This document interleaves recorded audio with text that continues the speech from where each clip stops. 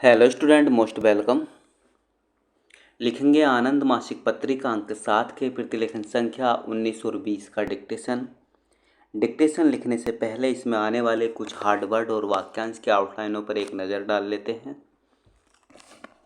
यदि आपको इसका पीडीएफ चाहिए तो आप हमारे Telegram channel short hand with Vivek से इसका पीडीएफ भी डाउनलोड कर सकते हैं। टेलीग्राम चैनल तक पहुंचने के लिए इस वीडियो के डिस्क्रिप्शन में लिंक दिया है, या फिर आप टेलीग्राम पर सर्च करेंगे शॉर्ट हैंड विद विवेक तो आपको आसानी से मिल जाएगा। लिखेंगे इसका डिक्टेशन की स्पीड लगभग 100 शब्द पर मिनट रहेगी। तो चलिए डिक्टेशन स्टार्ट करते हैं 5 सेकंड बाद।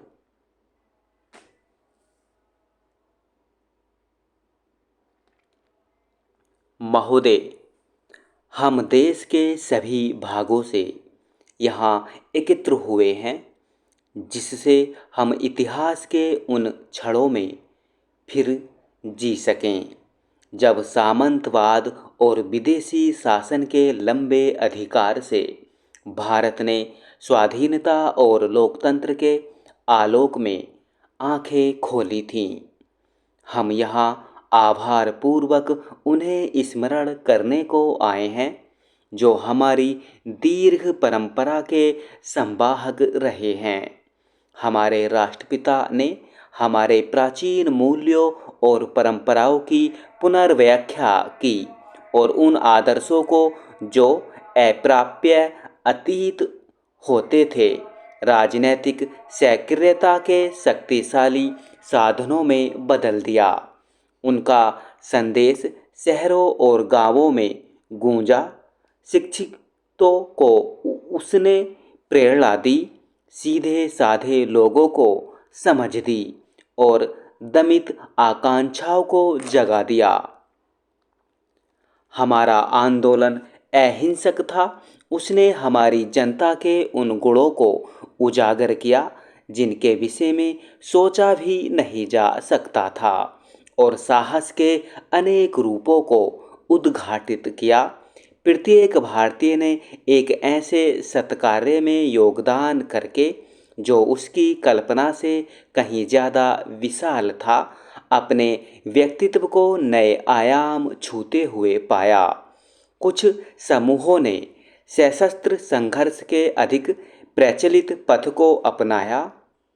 व्यक्तिगत साहसिकता और आत्मोत्सर्ग के अनेक उदाहरण देखने को मिले। मुझे स्मरण आता है आज़ाद हिंद फौज का योगदान भी, जो हमारी सागर वेलाओं से दूर सक्रिय हुई थी। मेरे मानस पटल पर कौंधती हैं उससे भी पहले की तस्वीर जो वैयक्तिक यादों से परे हैं। 1857 का महान स्वाधीनता संग्राम, उसका तात्कालिक कारण क्या था यह महत्वपूर्ण नहीं है। शायद अवचेतन में कहीं गहरे जाति और धर्म की भावनाओं के पीछे जो कुछ आंदोलित था वह था अपनी पहचान की खोज। एक अद्वितीय शताब्दी थी, वह उसमें अत्याचार की कालिमा को जगमग बना रहा था। महान बौद्धिक का प्रकाश, उसमें जो धर्मनिष्ठ थे वे क्रांतिकारी भी थे। कवि, वैज्ञानिक, वस्तुतः सभी व्यवसायों के लोग जिस महान लक्ष्य को लेकर एक थे वह था राष्ट्र का पुनरुत्थान। अंततः उन अनगिनत अज्ञात और अश्रुत नर नारियों ने जिन्होंने अपनी गिनती से ही नहीं वरन अपनी समर्पण भावना से भी हमारे लक्ष्य के प्रति अपना योगदान दिया, सफलता को वर्ण किया। हमारे पास कौन सा बल था? हम अपमान और अत्याचार के शिकार थे, किंतु हमारे नेताओं ने हमें भय और घृणा की भावना से ऊपर उठाया। सभी कठिनाइयों को पार करते हुए हमने अपनी निगाह भविष्य की तस्वीर पर जमाई।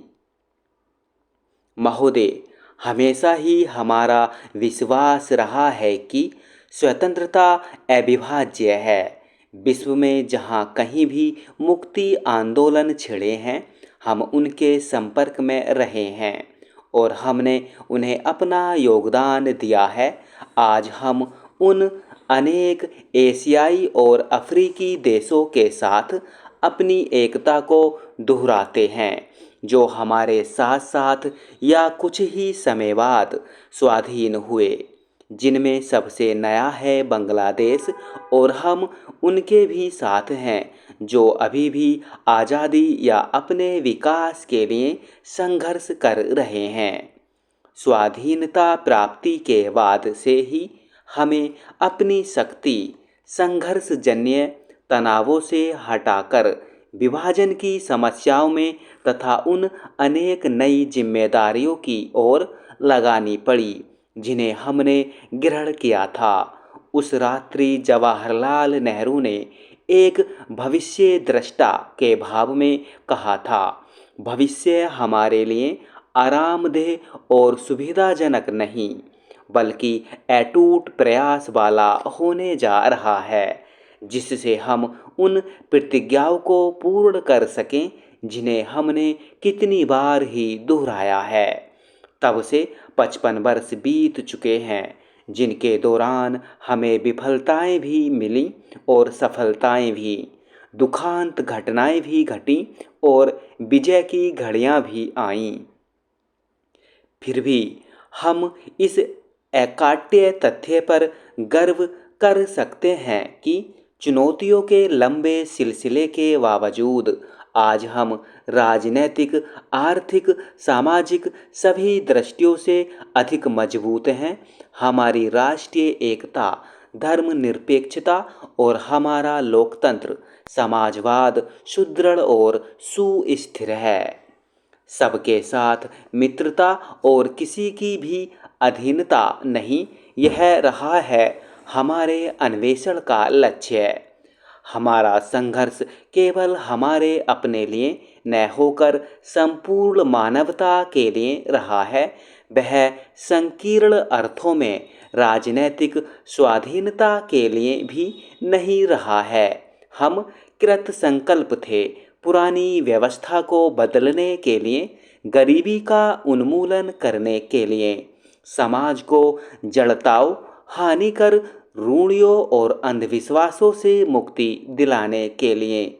मुक्ति के लिए संघर्ष तब आरंभ हुआ था जब विश्व के पहले मानव को दास्ता की बेड़ियों में जकड़ा गया था, और वह तब तक जारी रहेगा जब तक विश्व का अंतिम व्यक्ति न केवल दास्ता के बाह्य चिन्हों से बल्कि जाति, रंग और लिंग भेद से उत्पन्न छोटी बड़ी भावनाओं से भी छुटकारा न पा लेगा। जो लोग आंतरिक भाव से स्वाधीन हैं, वे ही मुक्ति के ध्वज वाहक और भविष्य के पथ प्रदर्शक बन सकते हैं। हम जिस महानता के लिए प्रयत्नशील हैं, वह सैनिक शक्ति नहीं वरन शांति है। स्टॉप।